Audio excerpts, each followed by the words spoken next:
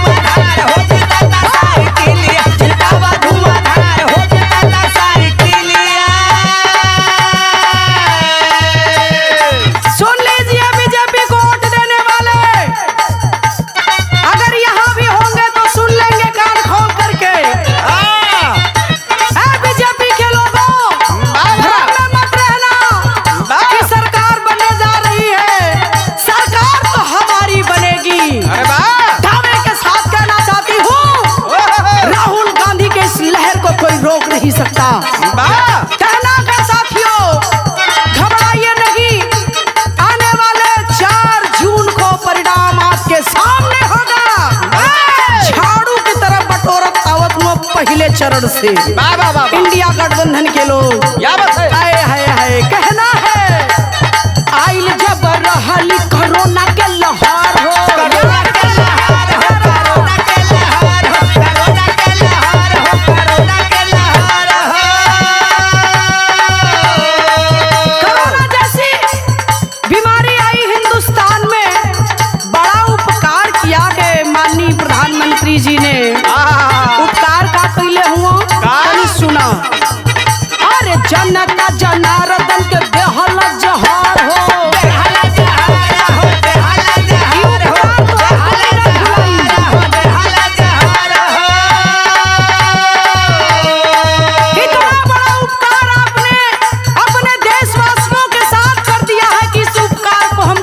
नहीं पाएंगे। जहां नौजवान के इतनी मौतें हो रही है आपके उस सुई से जो आपने इंजेक्शन लगवाया है कोरोना का, आपने उपकार किया उस कोरोना जैसी दवा को बनाने वाले उन डॉक्टरों से भी आपने चंदा ले लिया। यहाँ तक कि गाय भैंस काटे वाले से आप चंदा ले लेला।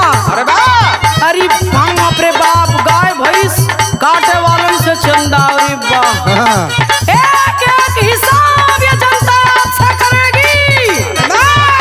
तब आपको समझ में आएगा ये चुनाव जनता लड़ रही है, आपके साथ ये जनता चुनाव लड़ रही है। प्रधानमंत्री जी सुन लीजिए, कहना है, आइल जब रहली कोरोना के लहर हो, कोरोना के लहर हो, कोरोना के लहर हो, कोरोना के लहर हो, कोरोना के लहर हो। अरे जनता जनार्दन के देहल जहर हो, देहल जहर हो, देहल जहर हो, देहल जहर हो, देहल जहर हो। अरे खुद पीएम मोदी,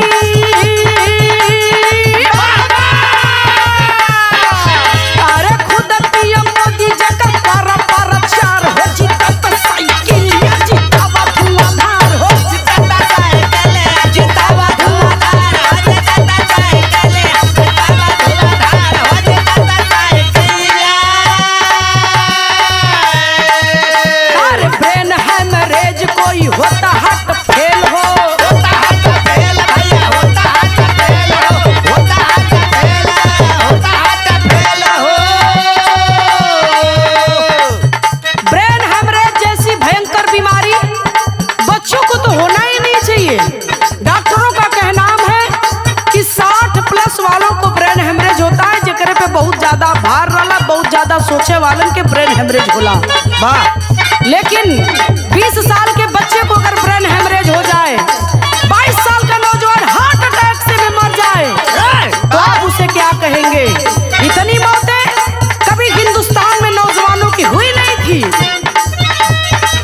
बीमारी तो बहुत आई, लेकिन इतनी भयानक मौतें नौजवानों की अभी तक इतिहास में कभी हुई नहीं थी। तब कवि जी ने लिखा है, ब्रेन हैमरेज कोई के होता हट फेल हो, होता हट फेल, होता हट फेल हो, होता हट फेल, कोई के होता हट फेल हो। मिलके पूंजीपतियन के साथे कैला खेल हो, साथे कैला खेल हो, साथे कैला खेल हो, साथे कैला खेल हो, साथे कैला खेल हो।